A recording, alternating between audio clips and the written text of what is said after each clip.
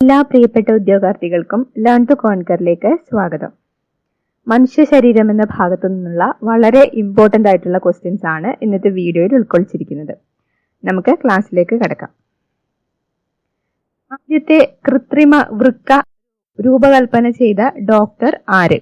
ആദ്യത്തെ കൃത്രിമ വൃക്ക രൂപകൽപ്പന ചെയ്ത ഡോക്ടർ ആരാണ്? Willem Johan Kolff. Willem Johan കോഫ്.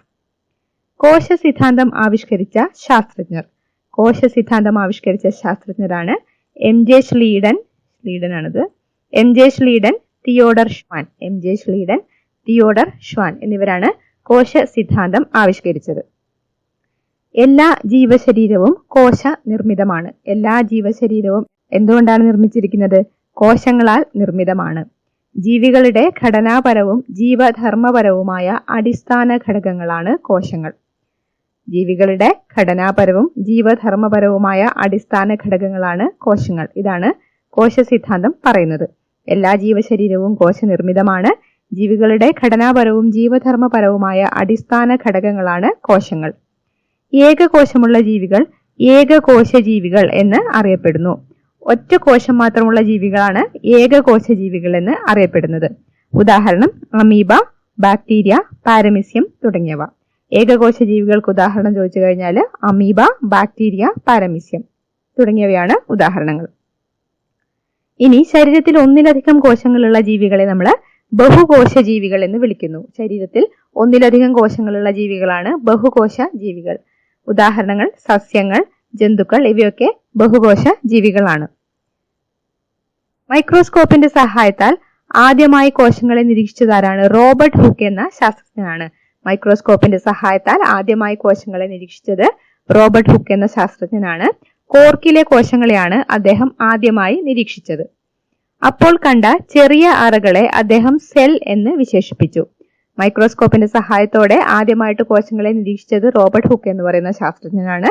കോർക്കിലെ കോശങ്ങളെയാണ് അദ്ദേഹം നിരീക്ഷിച്ചത്.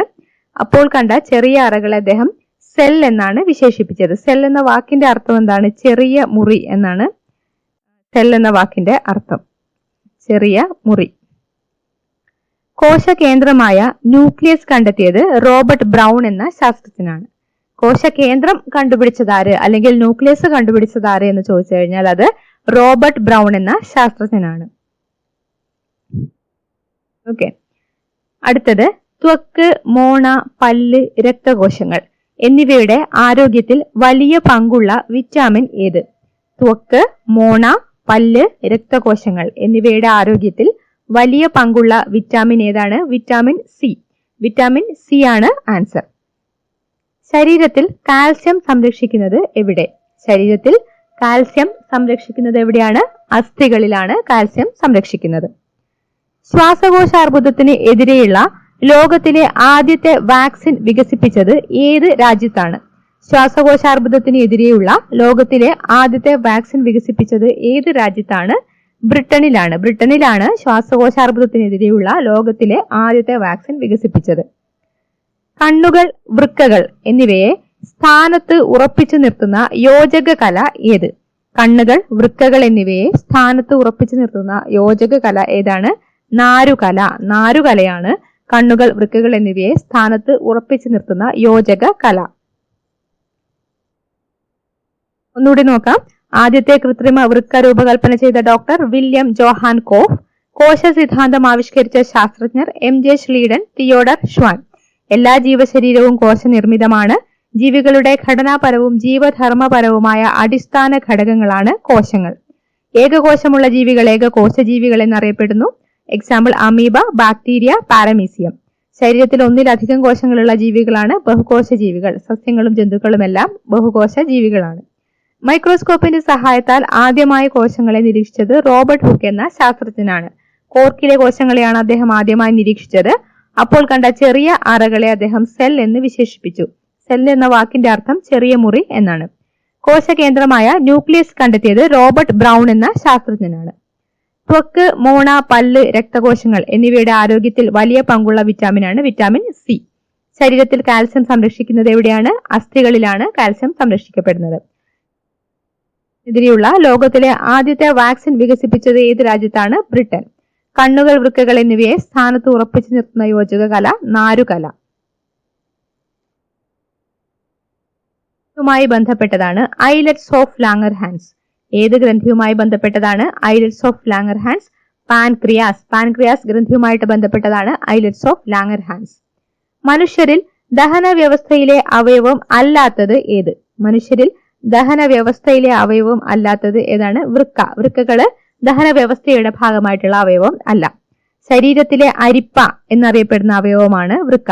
വൃക്കകൾ അറിയപ്പെടുന്നത് ശരീരത്തിലെ അരിപ്പ എന്നാണ്.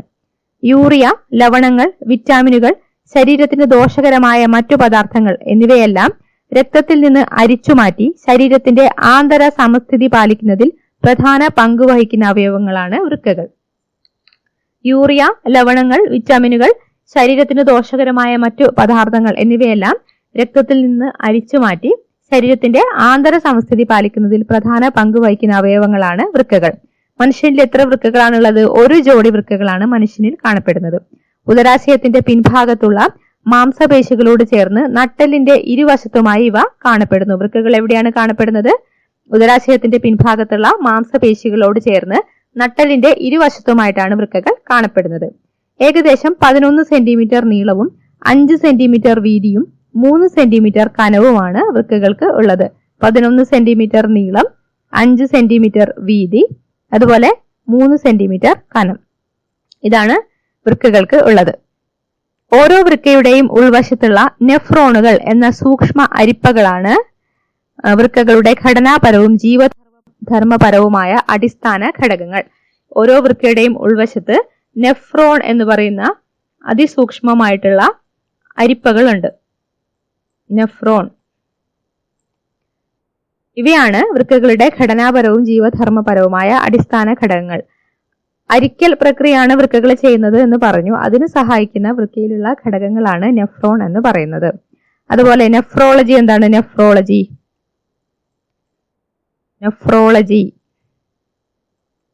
വൃക്കകളെ കുറിച്ചുള്ള പഠനമാണ് നെഫ്രോളജി.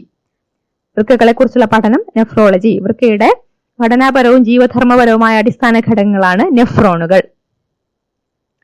അണുബാധ, വിഷബാധ എന്നിവ മൂലം ഏത് അവയവത്തിനുണ്ടാകുന്ന വീക്കമാണ് നെഫ്രൈറ്റിസ്? അണുബാധ, വിഷബാധ എന്നിവ മൂലം ഏത് അവയവത്തിനുണ്ടാകുന്ന വീക്കമാണ് നെഫ്രൈറ്റിസ്? വൃക്കകൾക്കുണ്ടാകുന്ന വീക്കമാണ് നെഫ്രൈറ്റിസ്. വൃക്കകൾക്കുണ്ടാകുന്ന വീക്കം. നെഫ്രോൺ വൃക്കകളിലെ അരിപ്പകൾ. നെഫ്രോളജി വൃക്കകളെ കുറിച്ചുള്ള പഠനം. പാലിക്കാൻ സഹായിക്കുന്ന മസ്തിഷ്ക ഭാഗം ഏത്? ശരീരതുലനം പാലിക്കാൻ സഹായിക്കുന്ന മസ്തിഷ്ക ഭാഗമാണ് സെറിബെല്ലം. ശരീരത്തിലെ ലിംഫോയിഡ് അവയവത്തിന് ഉദാഹരണം ഏത്? ശരീരത്തിലെ ലിംഫോയിഡ് അവയവത്തിന് ഉദാഹരണം അസ്ഥിമജ്ജയാണ് ശരീരത്തിലെ ലിംഫോയിഡ് അവയവത്തിന്റെ ഉദാഹരണം. പെരിയോഡോണ്ടൈറ്റിസ് ശരീരത്തിലെ ഏത് ഭാഗത്തെ ബാധിക്കുന്ന രോഗമാണ്? ശരീരത്തിലെ ഏത് ഭാഗത്തെ ബാധിക്കുന്ന രോഗമാണ്? വായയെ ബാധിക്കുന്ന രോഗമാണ് പെരിയോഡോണ്ടൈറ്റിസ്. മാംസപേശികൾ ഇല്ലാത്തതിനാൽ സ്വയം വികസിക്കാനോ സങ്കോചിക്കാനോ കഴിയാത്ത അവയവം ഏത്? മാംസപേശികൾ ഇല്ലാത്തതിനാൽ സ്വയം വികസിക്കാനോ സങ്കോചിക്കാനോ കഴിയാത്ത അവയവമാണ് ശ്വാസകോശം.